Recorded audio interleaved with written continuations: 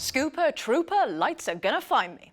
Tonight we're having a special studio debate where we stand up to the playground bully of uncertainty and then squeal on them to our favourite teacher, Professor Truth. We're asking, how effective was the White Tower?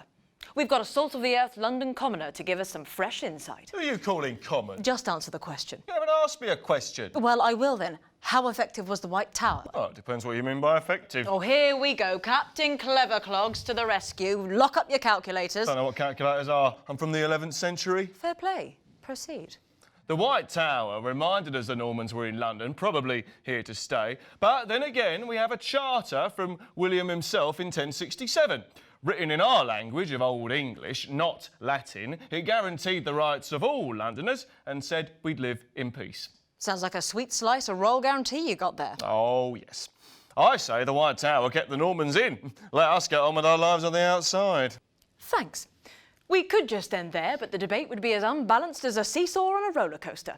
So also on the panel we have King William I, Conqueror of England, Duke of Normandy, formerly known as William the Bastard. You don't mind me calling you that? His Highness doesn't speak English, I'm afraid. I'll be his translator. Ah, Bishop Odo, William's right-hand hombre in the early years of the Conquest. Welcome both. Où est la bibliothèque? We have an Anglo-Saxon here saying that your White Tower was just a fancy box for keeping Normans in, like Quality Street, but with trained killers instead of chocolates. Nothing could be further from the truth. The White Tower's grand halls, spiral staircases and high windows made it incredibly intimidating for any visitors. This would ensure fear and obedience to the king and give the Normans a secure grip on political power.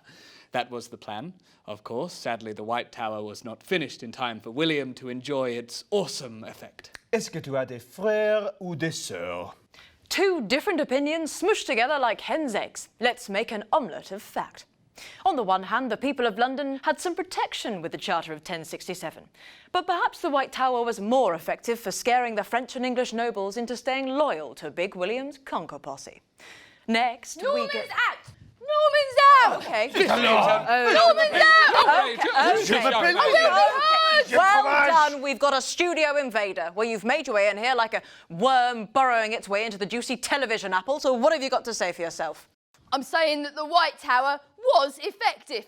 An effective disaster for local people. This is utter slander. The Normans' massive tower and city walls disrupted our travel and trading routes and meant that they could control what went in and out of London. Made them a lot of money and left the rest of us broke. Excusez-moi, messieurs, je voudrais une baguette! Oh, you want some, do you? Shouting at exciting history!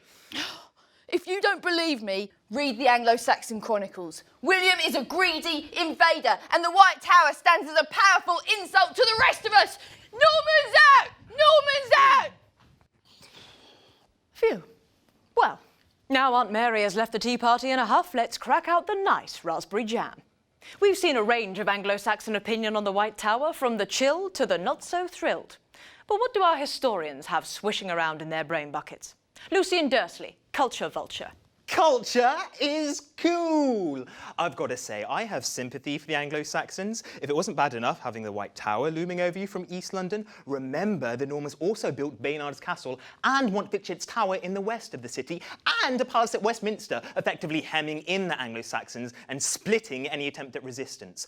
Imagine how oppressed you'd feel in your everyday life with those buildings overshadowing your town. Oh, so sympathetic towards the common man. But that's not proper history.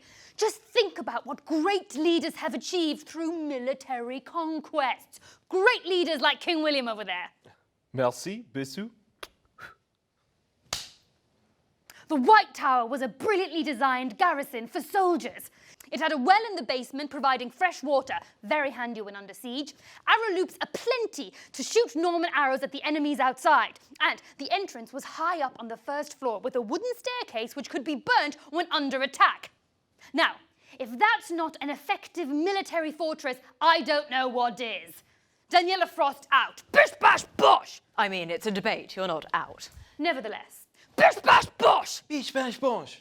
Brilliant. What? Lucian, you've got arguments sitting in there like little thought kestrels. Let them fly.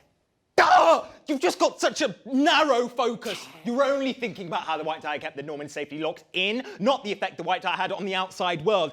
Just look at the Charter of 1067. It doesn't legally guarantee anything. It doesn't.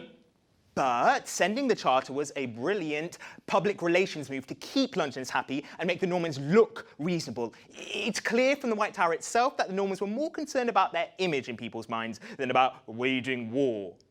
Roll the digital video. Don't need to say that. What if I want to? Look at the White Tower's toilets or garderobes. The openings are almost all on the north side, away from the river, so that people travelling up the Thames wouldn't see waste coming down the walls. The White Tower kept the Normans' public image literally clean. Toilets? You're seriously using toilets to make a point about Norman culture? Toilets are real history, my friend. Do you know that the average person spends 8 years And on with that, it's time to part. We've seen varying definitions of effectiveness relating to the White Tower. Political, economic, cultural and military. But what do you think of all this? And how would you assess the effectiveness of the Norman White Tower? Thanks for watching The Scoop. Not the history you need, but the history you deserve. Isn't that right, William? Je vais à la piscine.